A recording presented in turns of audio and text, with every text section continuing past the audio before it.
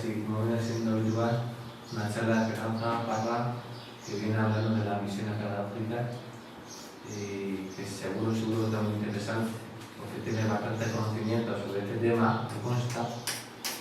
También de otros relacionados, como de historia del arte, en fin, que pueda hacer una buena conexión. Y recordad también que durante 2 semanas seguimos con actividades. Que no os vayáis, que después nos tomamos un vino. Y especialmente, por eso lo he dejado al final, quiero dar las gracias a Esperanza por hacer esta charla que llevamos pendiente hace ya 1 año. Y que seguro que salió muy bien, que lo ha hecho con mucho trabajo, mucho esfuerzo, mucho cariño para todos nosotros. Así que muchas gracias. Muchas gracias. Muchas gracias.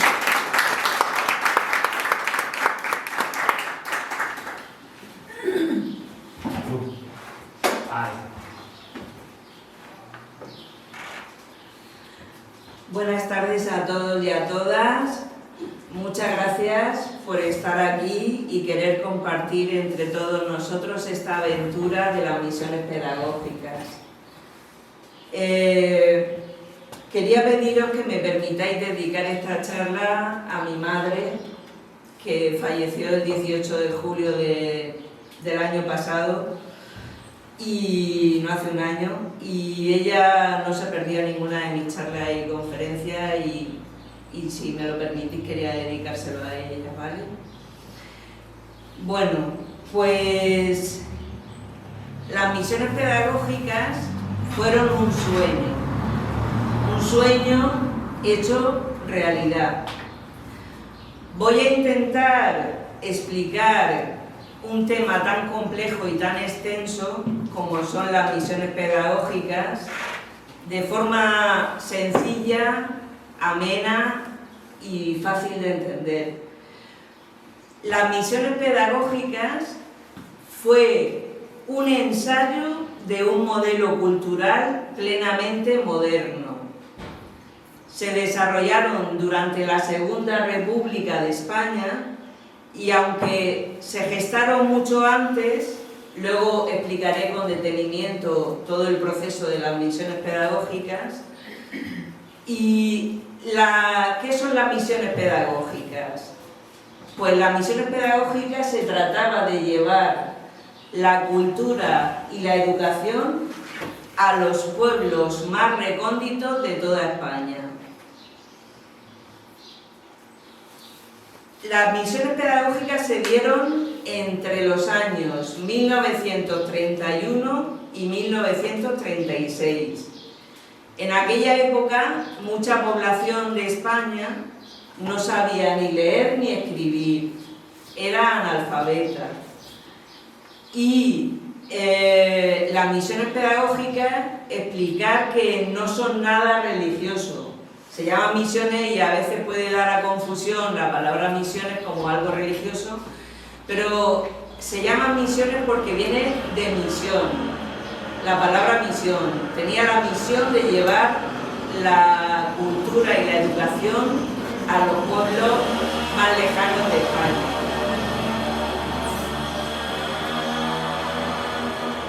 Aquí tenemos una foto, vais a ver muchas fotos porque por suerte tenemos bastantes fotos documentadas. Y bueno, ¿qué eran en sí las misiones pedagógicas? Pues eran unos jóvenes estudiantes de universidad o profesores o maestros o también muchos intelectuales, muchos escritores y artistas que iban a los pueblos llevando el cine, el teatro, la música escuchada por un gramófono, cuadros y el guiñol, los títeres. Esto era algo novedoso y muy importante y también llevaban libros, muchos libros. Era novedoso porque por aquel entonces mucha gente de los pueblos nunca en su vida había visto el cine, nunca en su vida había escuchado música de un gramófono y tampoco había visto el teatro. Lo máximo que habían visto son los títeres, pero un teatro en sí no lo habían visto nunca en la vida. Y bueno, pues lo que se pretendía era llevar la cultura de las grandes ciudades a los pueblos. Pero una cosa muy importante, respetando las costumbres y la cultura de los pueblos. O sea, los pueblos tenían una cultura de cientos de años, de siglos, y las misiones pedagógicas no pretendían cambiar esa cultura de los pueblos. Lo que querían era enriquecer con cosas nuevas la cultura de los pueblos. Y que la gente de los pueblos pues pudiera ver el cine, escuchar música y enseñarles diferentes cosas. Bueno, pues vamos a ver, imaginaos cuando llegaban estos jóvenes a los pueblos por aquel entonces. Un coche, son fotos antiguas porque son lógicamente son de los años del 31 al 36, y entonces pues son fotos todas bastante antiguas, como digo. Imaginaos cuando llegaba el coche o llegaba un camión cargado de enseres y de cosas, pues bueno, la gente se quedaba pues muy sorprendida. Entonces, aquí, por ejemplo, tengo el relato de un misionero porque los chicos y chicas que participaban, o los maestros, profesores, etcétera, artistas, intelectuales, que participaban en las misiones, luego hacían unas memorias. Y entonces en las memorias contaban pues el pueblo donde habían ido, lo que habían hecho, lo que se habían encontrado, cómo le había recibido la gente. Y bueno, un misionero, la impresión que causan cuando llegan, lo relata así.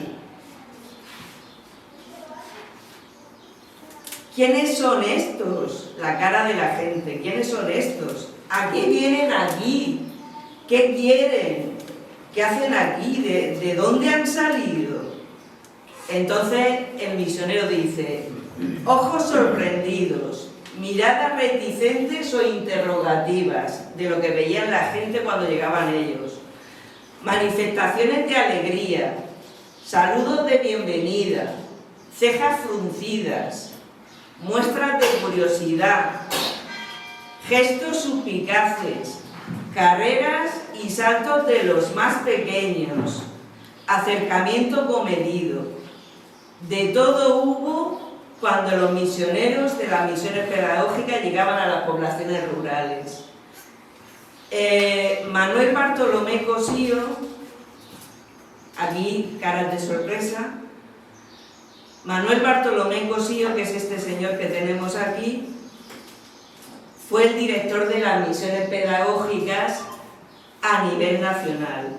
Luego profundizaremos en Manuel Bartolomé Cosío y en la Institución Libre de Enseñanza. Bien, pues este señor, Manuel Bartolomé Cosío, había escrito un mensaje para que se dijera cada vez que se llegaba a un pueblo por primera vez. Y este mensaje dice así, os lo voy a leer porque es precioso. Bueno, a mí me parece muy hermoso.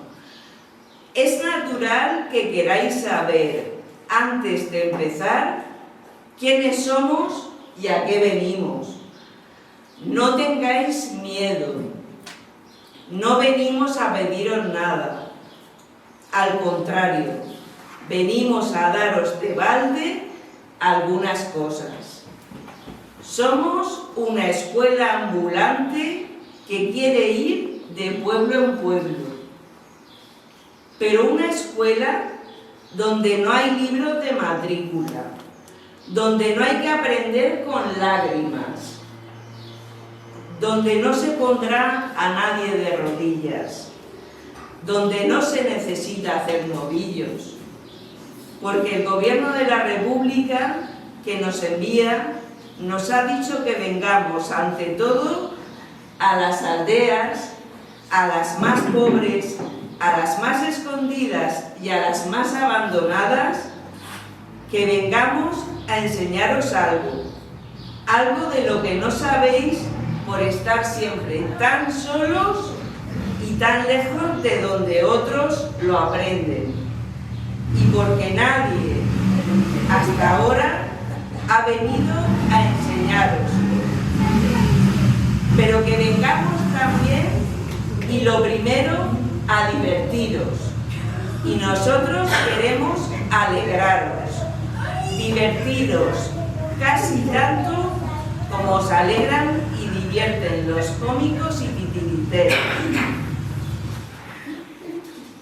Manuel Bartolomé Cosío quería decirles a las gentes de los pueblos y de las aldeas que más allá del trabajo corporal y las faenas del campo, había un mundo intangible, de cosas intangibles a las que tenían derecho, el derecho de todos, especialmente de las personas humildes, de disponer de ocio y de sentir las cosas por sí mismas, en contemplarlas, en gozar de su belleza.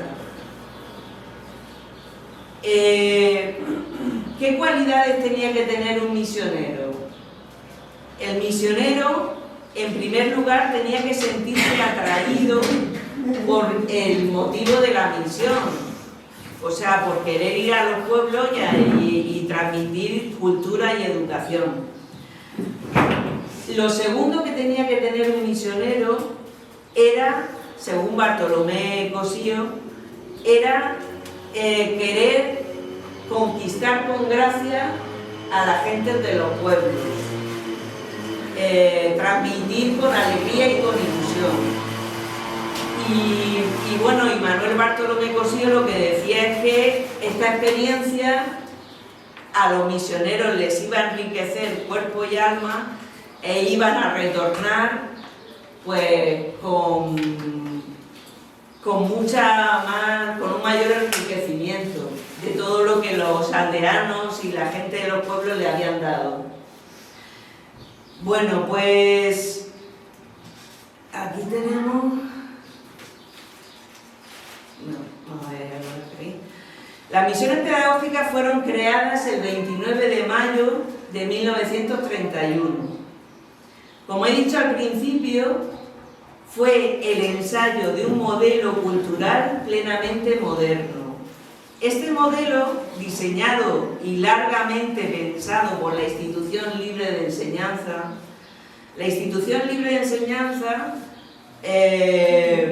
fue un proyecto pedagógico y cultural fundamental en España, en la España de finales del siglo XIX y principios del XX. Se fundó en 1876 por Francisco Giner de los Ríos, aquí lo tenemos, a Francisco Giner de los Ríos, y la Institución Libre de Enseñanza la fundó él y otros profesores universitarios. Estaba inspirada en el krausismo. El krausismo era una corriente filosófica idealista y con ideales, con valores. Y promovió la educación laica, o sea, una educación sin religión. La religión se puede enseñar en las iglesias con catequesis, etcétera, pero una educación laica y una educación liberal, científica y centrada en el desarrollo integral del alumno. La Institución Libre de Enseñanza también influyó profundamente en la modernización educativa y cultural del país. Y su supresión fue, la Institución Libre de Enseñanza se suprimió con la Guerra Civil. Novedades que introdujo la Institución Libre de Enseñanza en la educación española, que fueron muchas y muy importantes, pues por ejemplo la coeducación, estudiar en las escuelas niños y niñas juntos. Eso lo introdujo la Institución Libre de Enseñanza. Enseñanza activa, O sea, hacer excursiones, ir a la naturaleza, incluirlo dentro de la enseñanza de las escuelas. También se eliminaron los exámenes memorísticos, que antes era todo de carrerilla, y en realidad el niño no sabía nada de lo que estaba diciendo. Entonces la Institución Libre de Enseñanza eliminó ese tipo de exámenes y de memorización.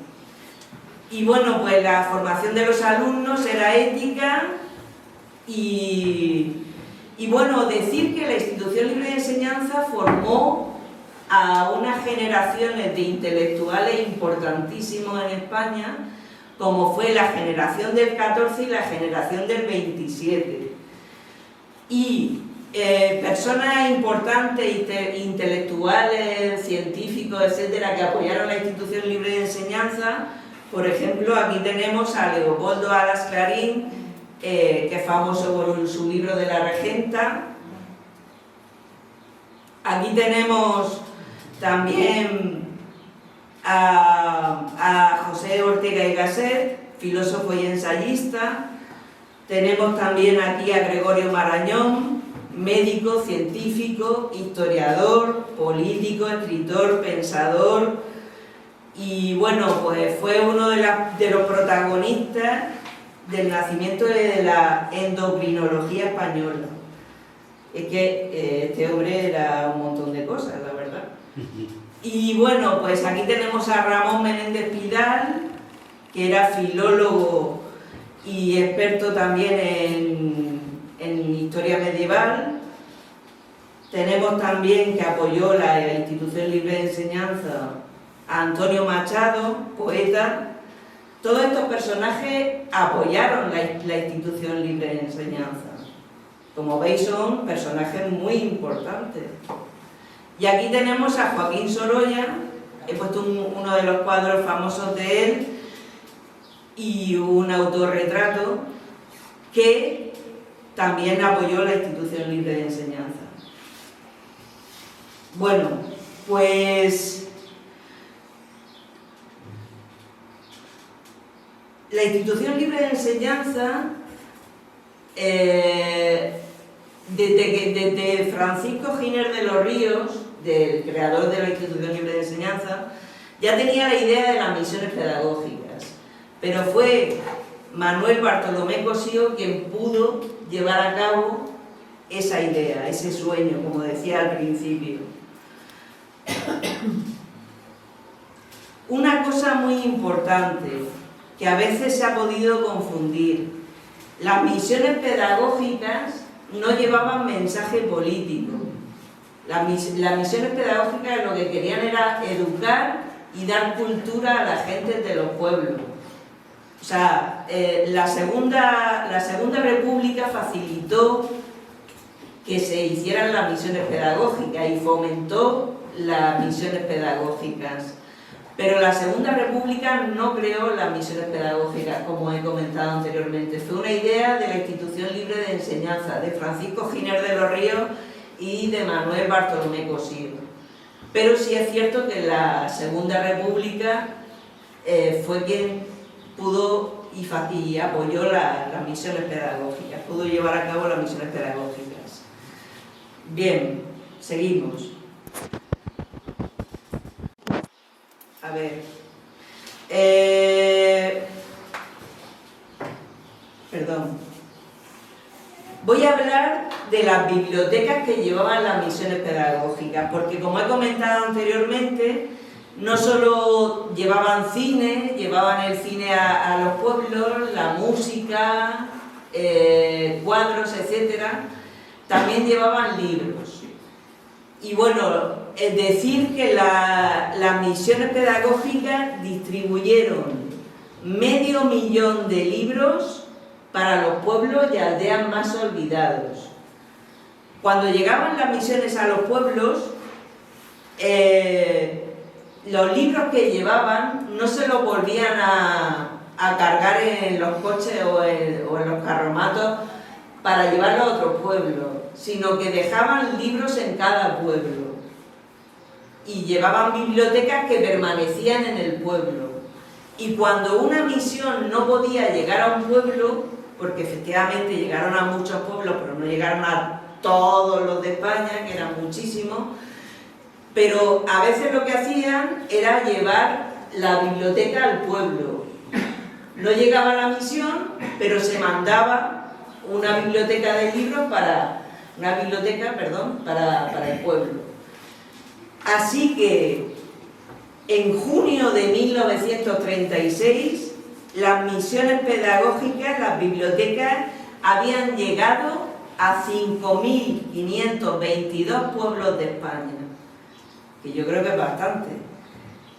María Moliner intenta reorganizar las bibliotecas de las misiones pedagógicas, tiene esa intención, pero en ese momento llega el golpe de Estado de Franco y ya no puede realizarlo. Bueno, vamos a ir por partes, brevemente, hablando de los apartados de las misiones pedagógicas. Entonces, lo primero, el Museo del Pueblo. ¿Qué era el Museo del Pueblo? Bueno, Manuel Bartolomé Cosío era un gran aficionado al arte y lo que eran reproducciones del Museo del Prado a tamaño natural, o lo más aproximado al tamaño natural, que habían hecho artistas españoles para llevarlas a los pueblos y hacer museos ambulantes. Es muy interesante. Entonces, por ejemplo, bueno, eran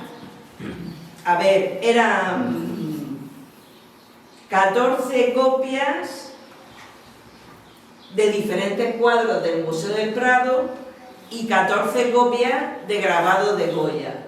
Ese era el Museo del Pueblo, el museo ambulante de las misiones pedagógicas. Aquí tenemos algunos de los cuadros, lógicamente no los voy a poner todos. Entonces, tenemos la Resurrección del Greco,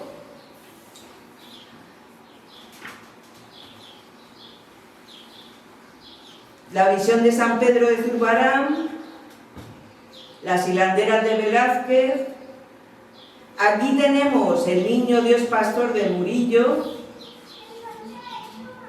los fusilamientos del 2 de mayo de Goya, y aquí, bueno, ya son imágenes del Museo del Pueblo. Y bueno, disculpadme que no ponga todos los cuadros, todos los grabados y todo, porque, hombre, si no, no terminaríamos nunca. Pero bueno, he puesto algunos ejemplos de las reproducciones, pero lo más sorprendente y lo más bello es eso, que eran reproducciones al natural, al tamaño natural, y también quiero que veáis, por favor, bueno, estos son niños viendo el Museo del Pueblo.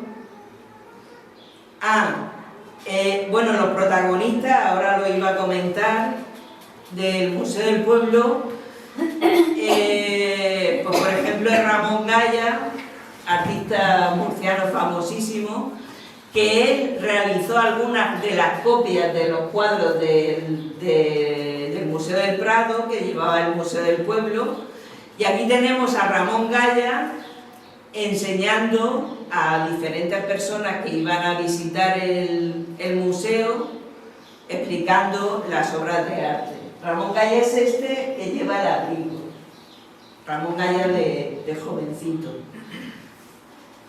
Esta es la imagen que quería poneros. Mirad con qué mero y con qué cariño montaban el Museo del Pueblo en los diferentes lugares. Ponían telas blancas en las paredes, enormes telas blancas, ponían los diferentes cuadros, incluso ponían, pues como podéis observar, plantitas, enredaderas, alguna silla que otra por si la gente quería sentarse, o sea, lo ponían un espacio bello, un espacio bello, hermoso, aparte, lógicamente, de los cuadros que se mostraban. Pero lo montaban todo con un cariño y con un esmero impresionante, los misioneros, que como he dicho anteriormente, uno de ellos era Ramón Gaya.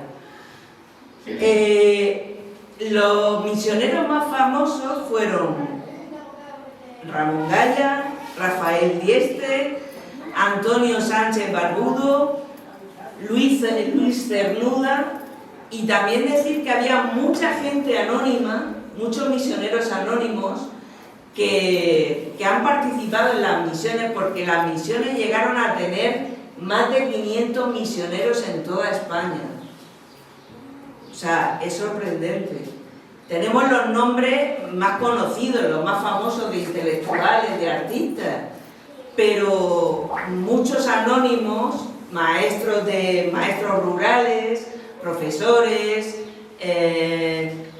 participaron en las misiones y no son nombres conocidos.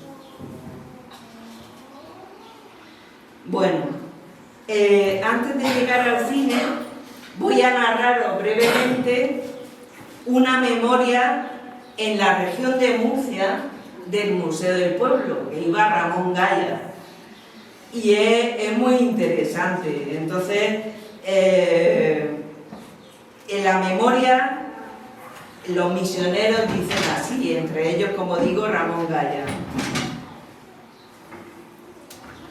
Llegamos a Murcia por Águilas, que es el pueblo más cercano a la provincia de Almería.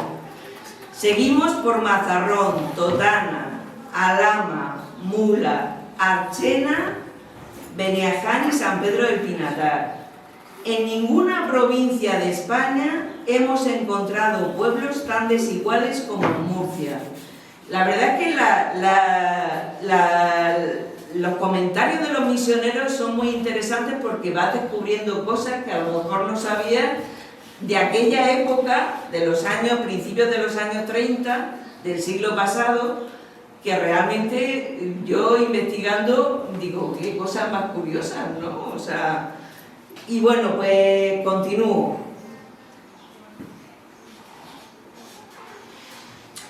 Los pueblos que más gratos recuerdos nos han dejado en el terreno de la misión han sido Águila, Mazarrón y Mula. Totana, el único que se nos quedó en blanco. Tuvimos la desgracia en él porque el pueblo estaba en manos políticas que confundieron nuestros carteles del museo con un mitin contrario. Luchamos por destruir esa equivocación, pero cuando empezamos a conseguir algo, tuvimos que irnos al siguiente pueblo. En Águilas instalamos el museo en el Círculo de Bellas Artes y Comercio. A pesar de ser un pueblo enorme, nuestra actuación tuvo grandes recompensas de interés vivo. El público era numeroso, mezclado, y por ser un puertecillo bastante importante, tienen sus gentes un carácter único. Hay un matiz europeo en los pequeños detalles del vivir que contrasta con el fondo y esencia, típicamente murcianos. Se comprenderá esto que estamos diciendo de la fisonomía del pueblo cuando aportemos que en Águilas entran y salen muchos ingleses, un gran número de ingleses, que explotan las minas y construyen ferrocarriles. Mazarrón es quizás lo más distinto que podíamos poner junto a Águilas. En Mazarrón no es que exista aquella sensación de aislamiento, sino que aquí es una realidad. Todos los hombres están como presos en las minas y las mujeres viven acomodadas en la angustia. Dábamos la charla bastante tarde, ya de noche, cuando los mineros salían de sus negros pasillos. Venían al museo muy arreglados y limpios, con sus trajes y blusas azules de domingo. Y esto solo ya era conmovedor.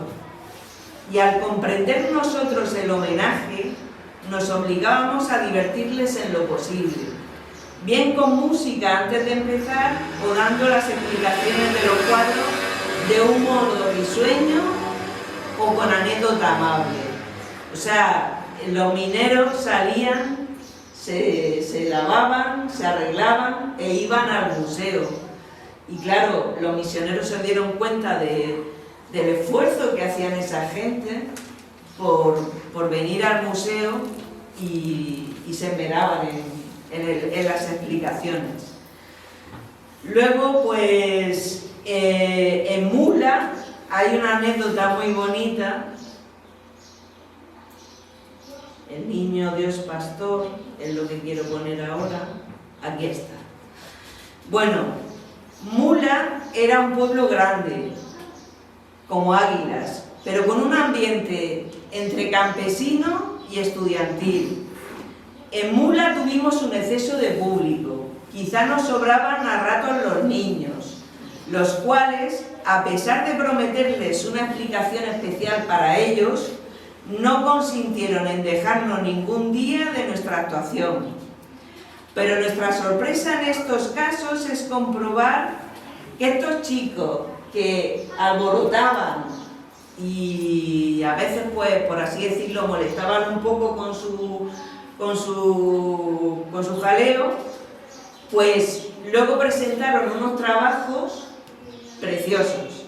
Y he puesto el niño Dios pastor de Murillo porque hay un escrito de una niña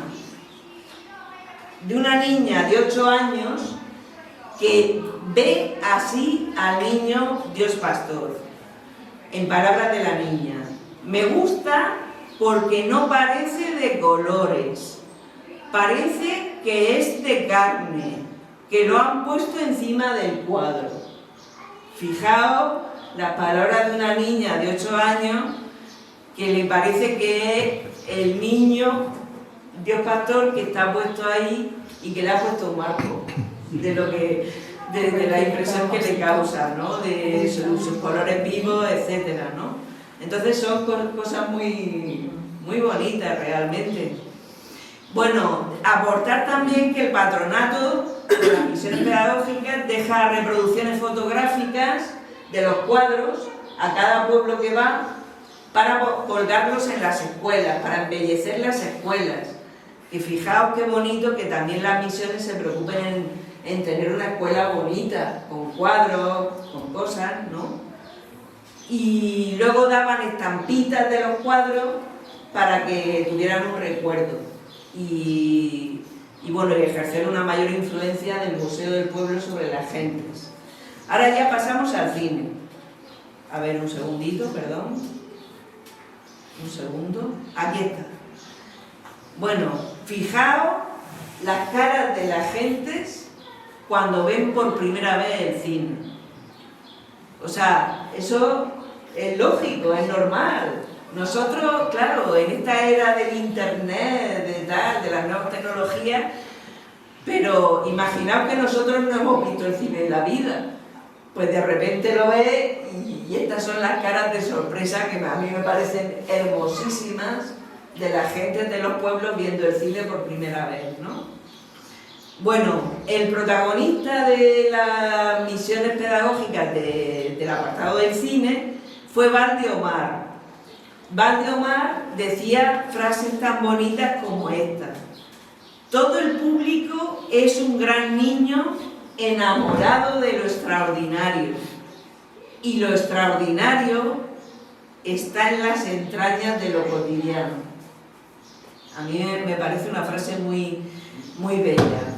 Luego, decir que Valdemar, en su primera estética, se han recuperado 3 documentales de la provincia de Murcia, bueno, ahora región, en aquel entonces era provincia, de los años 1934 y 1935, que se llaman, el primero Semana Santa en Lorca, el segundo Murcia y Cartagena, y el tercero Fiestas de Primavera en la ciudad de Murcia. ¿Qué proyectaban de cine, ¿no?, a la población? Pues proyectaban películas educativas y de recreo, documentales de aspectos, usos y costumbres nacionales, documentales de paisajes lejanos, documentales o imágenes de grandes ciudades, de pueblos salvajes, de arte, de paisajes y curiosidades de España y de cuentos animados de siluetas, o sea, dibujos animados. Todo eso se proyectaba a cada pueblo que llegaba. Aquí tenemos otra imagen de cuando ven el cine por primera vez, y la verdad es que creo que son unas imágenes preciosas. Tenemos niños, tenemos ancianos, tenemos personas adultas, todos sorprendidos, todos, no sé, felices de ver algo que no han visto en la vida. Y todo eso fue gracias a las misiones pedagógicas. Bueno, otra imagen también. Y aquí también se puede, en antropología, etcétera, pues estudiar un poco, pues eso, cómo era la gente, cómo vestía, cómo en aquel entonces. Bueno, pasamos al servicio de música. El servicio de música, los protagonistas, Eduardo Martínez Torner, Pablo de Andrés Cobos, y también el teatro y el coro del pueblo, porque el teatro también llevaba un coro que cantaba, o sea, realmente era muy interesante. Aquí tenemos la imagen, es muy bonita, porque se llevaba el gramófono a los pueblos y se escuchaba música. Ahora diré la música que se escuchaba, pero a veces también se lo llevaban al campo, y aquí están todos pues en la hierba sentados o acostados con el gramófono escuchando la música.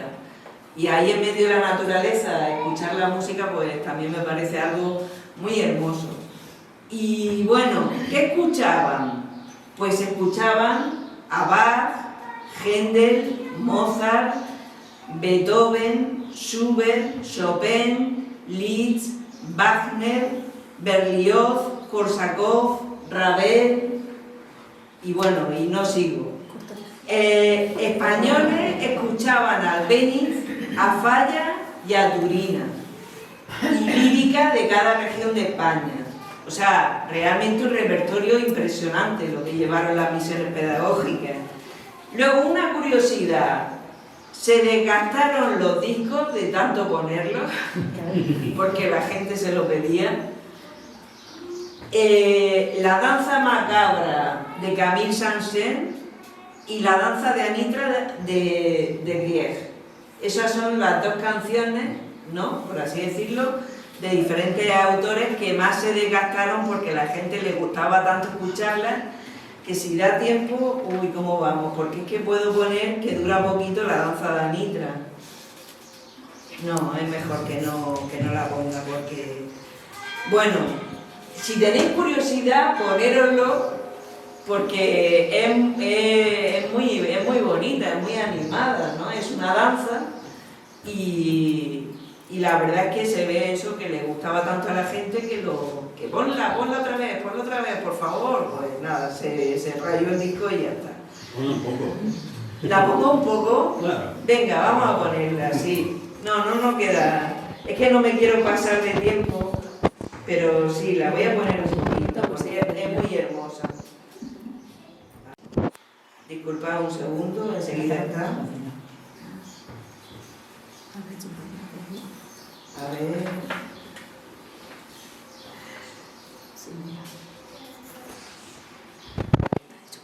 Ya está. Un segundo. Vamos a ver. Enseguida empieza.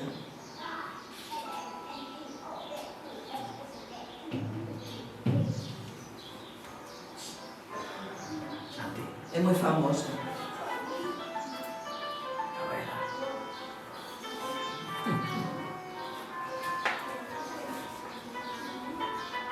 ¿La escucháis bien?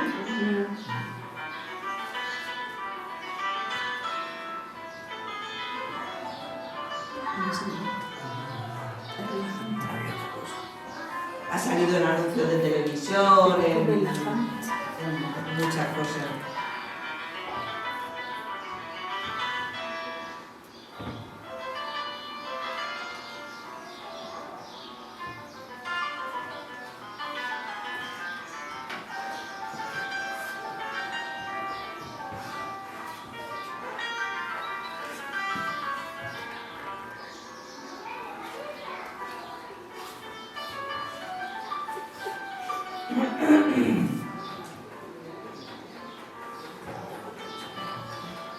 la voy a...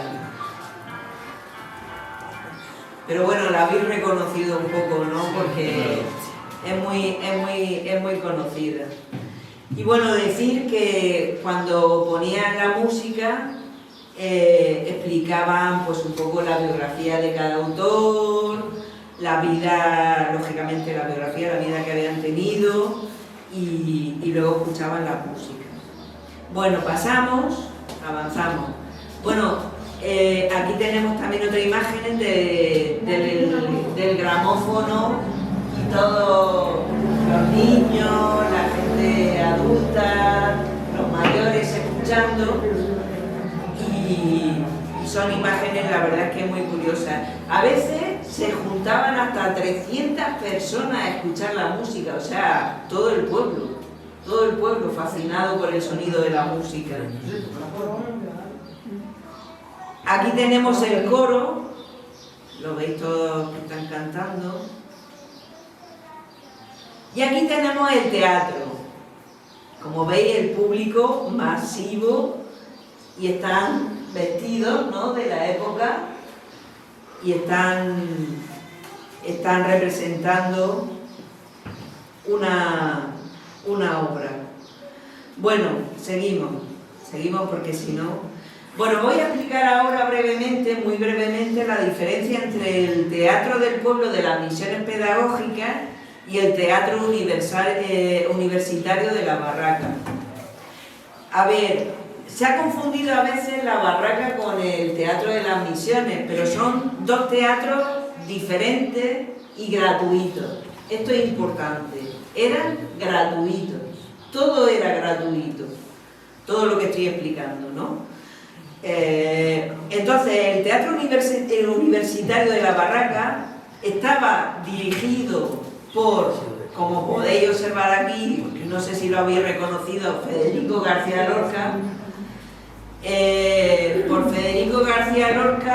y también Eduardo Ugarte. Eran los dos protagonistas del teatro universitario de la barraca. ¿Qué diferencia había? Pues básicamente que el teatro universitario de la barraca pretendía una renovación del teatro. Era como más intelectual, tenía una proyección renovadora, pensaba que el teatro había que darle nueva vida. Y era un pensamiento como una filosofía más intelectual. El teatro de las misiones pedagógicas lo que pretendía era divertir a la gente y que las personas, la gente de los pueblos, pues adquiriera y tuviera a mano de forma democrática esa cultura. Y bueno, pues aquí tenemos a Federico García Lorca, Eduardo Ugarte, diferentes miembros del teatro universitario de la barraca. Y también decir que fueron actores de la barraca el mismo Ramón Gaya, Manuel Ángeles Ortiz y Ponce de León. O sea que tuvieron personajes intelectuales bastante importantes. Vamos a pasar, y ya terminamos pronto, porque no me quiero extender y lo he hecho todo lo más breve posible, la verdad. He intentado concretizar todo. El retablo de fantoches. El retablo de fantoches pues son los títeres, ¿no? Los títeres que iban también con las misiones pedagógicas a los pueblos. El protagonista, el director del retablo de fantoches fue Rafael Diestre, aunque como digo siempre había muchos misioneros anónimos que participaban en toda esta acción de enseñanza. Se dio en España entre los años 1933 y 1936. El retablo de fantoche era una alternativa funcional y sencilla al teatro. Cuando no se podía en un pueblo montar el escenario del teatro, pues como el retablo de fantoche pues ocupa menos espacio, pues se llevaba a los títeres, ¿no? Era una funcionalidad que tenía. Aquí tenemos imágenes, esta es muy bonita, aquí es en Malpica, en La Coruña, se ven las barcas de los marineros y todo el público, abarrotado de público siempre, y los títeres ahí, ¿no? Y el retablo es muy, muy interesante. Y bueno, pues la primera representación que hicieron se llamaba El dragón y su paloma, y fue precisamente aquí en Malpica, en La Coruña.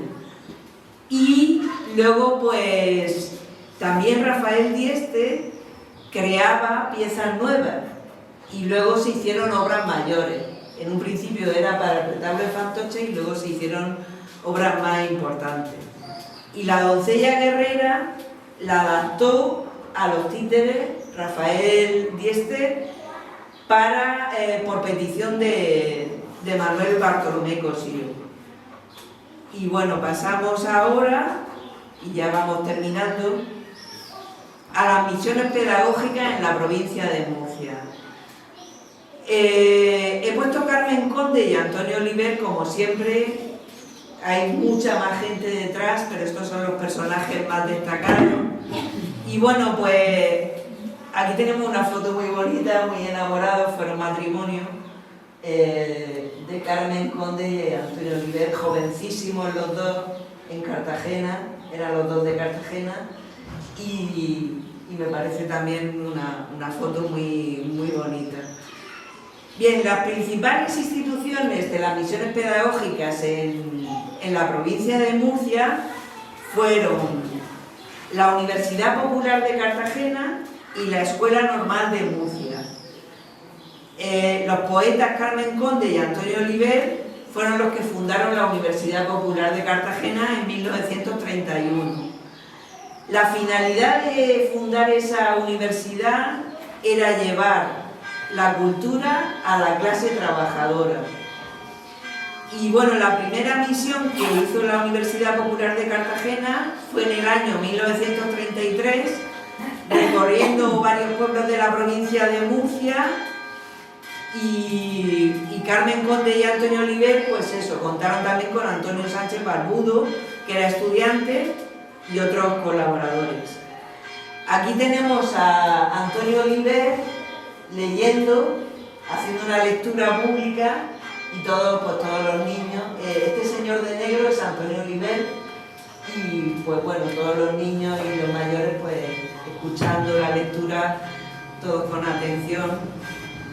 Y bueno, pues aquí tenemos también, esta foto realmente me apasiona, porque son dos niños muy pequeñitos leyendo un libro, y realmente creo que es una foto preciosísima.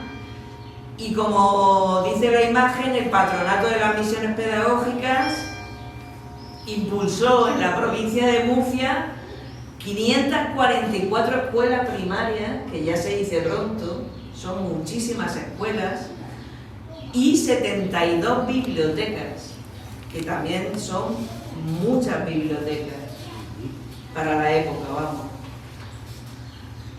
Bueno, pues la Escuela Normal de Murcia también creó un grupo folclórico y de teatro. La Escuela Normal de Murcia, en el año 1933, hizo su primera misión, y en 1934 hizo la segunda y llegó hasta Archena y Fortuna. Y luego pues también decir, antes de pasar aquí, que Carmen Conde está considerada como una de las mejores poetisas españolas. Fue la primera mujer que entró en la Real Academia Española de la Lengua. La primera, una murciana.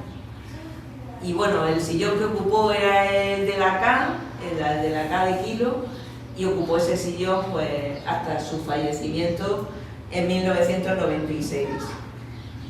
Antonio Oliver era poeta, ensayista, doctor en Filosofía y Letras, y también fue una de las personalidades más importantes de la literatura murciana. Luego decir que el matrimonio se trasladó a Madrid y estuvieron en pleno contacto con la generación del 27. Entraron en el círculo de la generación del 27.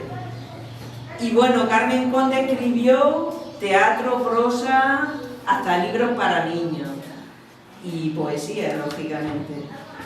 Y luego ya os voy a leer muy brevemente una cosa que me parece muy bonita, que es un marcapáginas, no es el auténtico, lógicamente, porque esto es una copia. Los auténticos están en archivos ahí que no los puedes tocar ni nada. Es una copia, lo pongo aquí a la luz para que se vea, ¿se ve bien? No sé si se ve bien. De un marcapáginas que daban los libros de las misiones pedagógicas. Y el mensaje que tiene es muy bonito. Bueno, pone Patronato de las Misiones Pedagógicas y el mensaje que lo que dice es esto. Los libros deben ser tratados no solo con esmero, sino con cariño, porque son amigos que nos proporcionan placer y enseñanza. Hay que hacer que los libros duren, para que otros obtengan con su lectura la misma alegría y el mismo deleite que nosotros hemos tenido. La encuadernación conserva el libro y muchas veces es, además, bonita. Es que me parece una ingenuidad, muy ingenuo y muy bonito y que tiene toda la razón del mundo. O sea que de una belleza impresionante. Bueno, por esto la encuadernación, ¿no? Por esto debe procurarse que no se estropee. Se envían pliegos de papel fuerte para que el que lo sepa hacer enseñe a forrar con esmero los libros. El forro es como la blusa del trabajo, que conserva y guarda limpio el traje. Muy bien. Es muy bonito. Y luego, pues, ya para terminar, aquí pongo al protagonista de las misiones pedagógicas, Manuel Bartolomé Cosío, y quiero finalizar con una frase de él que me parece muy bonita. Las misiones pedagógicas no hacen más que educar, y a España la salvación ha de venirle por la educación. Muchas gracias a todos.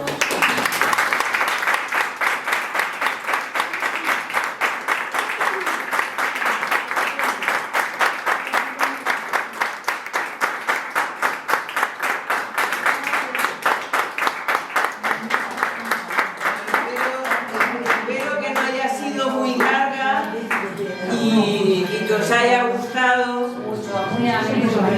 He intentado hacerlo fácil, ameno, entretenido y resumido, muy resumido.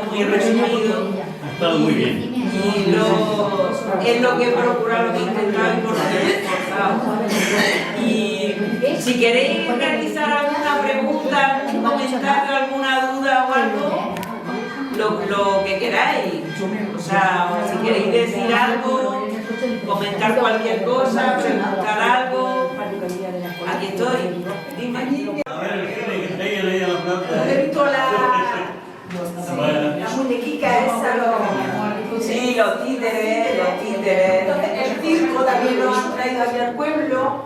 Sí. Ya la comodidad de, como dicen, los móviles y todo lo que es nuevo, pues hemos perdido mucho de qué hablar, porque Claro, exacto. ya luego hasta los novios están con el móvil y se están riendo. Sin embargo, nosotras siempre llevábamos el novio y la cuñada. Se ha perdido la comunicación. Para que no nos toque el novio. El novio Y lo de los niños y las niñas también lo he vivido. Íbamos un grupo de niños en el colegio y las niñas en otro lado. Después ya nos pusimos listas. Pero cuando éramos muy chiquiticos era, no te arrimes a un niño que te puedes quedar embarazado. Digo, ¿cómo me voy a quedar embarazada? Sí, eran esas cosas que se Entonces decían. animaban allí y decían, tira, tira para allá, 3 pueblos. Sí, sí, si te arrimaba ya te quedabas embarazada. Los jovencitos de hoy, pues esto no lo han entendido, pero... Pues esto es lo que hay que intentar, que no se pierda estas cosas, de que no se olviden, de que no se olviden. Si se quiere, no se nos va a Y qué olvidar. pena que esto no llega, no enseñarse para el año que viene a Sí, sí, eso es cierto, es lo que yo creo. Qué pena. Es que da ganas de verdad de pensar lo bueno que era.